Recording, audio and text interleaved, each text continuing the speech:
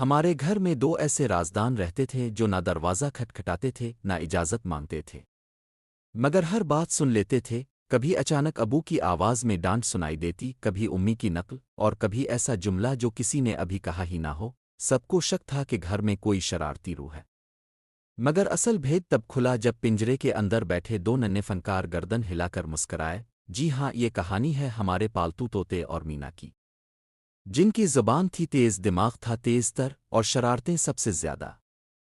گاؤں کی ایک کشادہ مگر سادہ سے گھر میں دو خاص رہائشی تھے جن کے بغیر وہ گھر ادھورا لگتا تھا۔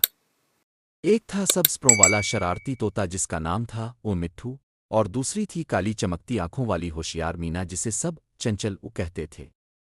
دونوں کو ابو بازار سے ایک ہی دن لائے تھے، مگر تب سے لے کر آج تک دونوں کے درمیان ایسی نوک جھونک چلتی تھی کہ پورا گھر ان کے قصوں سے گونجتا رہتا تھا۔ مٹھو کی خاص عادت تھی کہ وہ ہر سنی ہوئی بات فوراً یاد کر لیتا اور موقع بے موقع دہرا دیتا۔ اگر امی کسی کو ڈانٹ تو مٹھو فوراً اسی لہجے میں بول اٹھتا، ارے احمد، کتنی بار کہا ہے جوتے سیدھے رکھو۔ احمد بیچارہ حیران ہو کر دیکھتا رہ جاتا کہ امی نے تو کچھ کہا ہی نہیں۔ تب سب کی نظر پنجرے میں بیٹھے مٹھو پر جاتی جو گردن ٹیڑھی کر کے معصوم سا منہ بنائے بیٹھا ہوتا۔ دوسری طرف چنچل مینا کم بولتی تھی، مگر جب بولتی تو پورا جملہ بولتی۔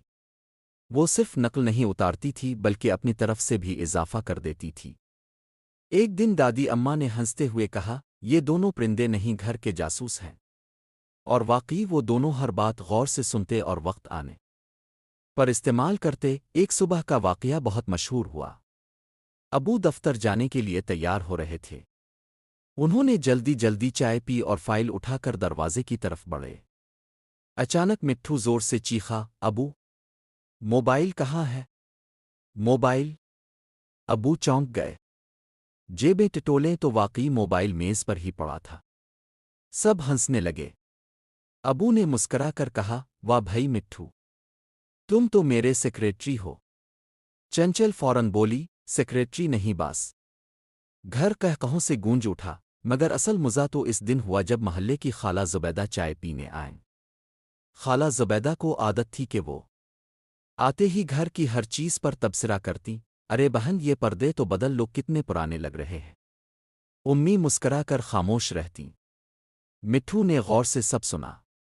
جیسے ہی خالہ نے دوسرا بسکٹ اٹھایا مٹھو بول اٹھا، بس بس خالہ، شوگر ہو جائے گی۔ خالہ زبیدہ کا چہرہ دیکھنے کے قابل تھا۔ وہ گھبرا کر بسکٹ پلیٹ میں واپس رکھ گئیں۔ چنچل نے بھی موقع ہاتھ سے نہ جانے دیا، پردے بدل لو، بسکٹ نہیں۔ امی نے بڑی مشکل سے ہنسی روکی جبکہ احمد اور سارا زمین پر لوٹ پوٹ ہو رہے تھے۔ دونوں پرندوں کی آپس میں بھی زبردست چپقلش رہتی تھی۔ اگر مٹھو زیادہ تعریف سمیٹ لیتا تو چنچل جل بھن جاتی۔ ایک دن ابو نے مٹھو کو لال مرچ کا چھوٹا سا ٹکڑا دیا کیونکہ وہ مرچ بہت شوق سے کھاتا تھا۔ چنچل نے حسرت بھری نظر سے دیکھا تو مٹھو نے اکڑ کر کہا، مرچ کھاؤ طاقت پاؤ۔ چنچل نے فوراً جواب دیا، زیادہ مرچ کھاؤ پانی مانگو۔ واقعی کچھ دیر بعد مٹھو زور زور سے پانی پانی پکارتا رہا اور سب ہنستے رہے۔ ایک بار گھر میں بجلی چلی گئی۔ گرمی کا دن تھا، سب پریشان تھے۔ امی پنکھا جھل رہی تھیں اور ابو اخبار سے ہوا کر رہے تھے۔ اچانک چنچل نے سنجیدہ لہجے میں کہا، واپڈا وال، شرم کرو۔ سب چونک کر ہنس پڑے۔ مٹھو نے بھی آواز ملائی، بل بھی پورا لیتے ہو؟ ایسا لگا جیسے دونوں کسی احتجاجی جلوس کی تیاری کر رہے ہوں۔ لیکن ان کی سب سے بڑی شرارت اس دن سامنے آئی جب احمد کے دوست پہلی بار گھر آئے۔ احمد بڑے فخر سے انہیں اپنے پالتو پرندے دکھانے لے گیا، دیکھو میرا طوطا بولتا ہے۔ مٹھو نے گردن ہلائی اور اچانک احمد کی نقل اتاری، امی، ہوم ورک بعد میں کروں گا۔ دوست زور زور سے ہنسنے لگے۔ احمد کا چہرہ سرخ ہو گیا۔ چنچل نے بھی نمک چھڑکا، بعد میں کبھی نہیں۔ احمد نے غصے سے کہا، میں تم دونوں سے بات نہیں کروں گا۔ مٹھو فوراً بولا، ناراض ہو گئے؟ ناراض ہو گئے، مگر یہ ناراضی زیادہ دیر نہ چلی۔ شام کو احمد ہی سب سے پہلے ان کے لیے دانہ پانی رکھتا اور آہستہ سے کہتا، میرے پیارے دوست ہو تم دونوں۔ وقت گزرتا گیا اور دونوں پرندے گھر کا لازمی حصہ بن گئے۔ اگر کبھی وہ خاموش ہو جاتے تو گھر سنسان لگتا۔ ایک دن چنچل کچھ سست سی تھی۔ وہ نہ بول رہی تھی نہ اچھل رہی تھی۔ سب کو فکر ہوئی۔ ابو اسے ڈاکٹر کے پاس لے گئے۔ خوش قسمتی سے وہ صرف ہلکی سی تھکن تھی۔ جب وہ واپس آئی تو مٹھو بے چین ہو کر بار بار کہہ رہا تھا، چنچل آؤ، چنچل آؤ۔ جیسے ہی وہ پنجرے میں آئی مٹھو نے دھیمی آواز میں کہا، جلدی ٹھیک ہو جاؤ۔ سب حیران رہ گئے کہ شرارتی مٹھو کے اندر اتنی محبت بھی چھپی ہے۔ چند دن بعد پھر وہی چہکارے، وہی کہے لوٹ آئے۔ اب گھر میں کوئی بات چھپی نہ رہتی۔ اگر امی ابو آہستہ آواز میں بھی کچھ کہتے تو اگلے ہی لمحے اعلان ہو جاتا، کل آئس کریم مہمان آ رہے ہیں۔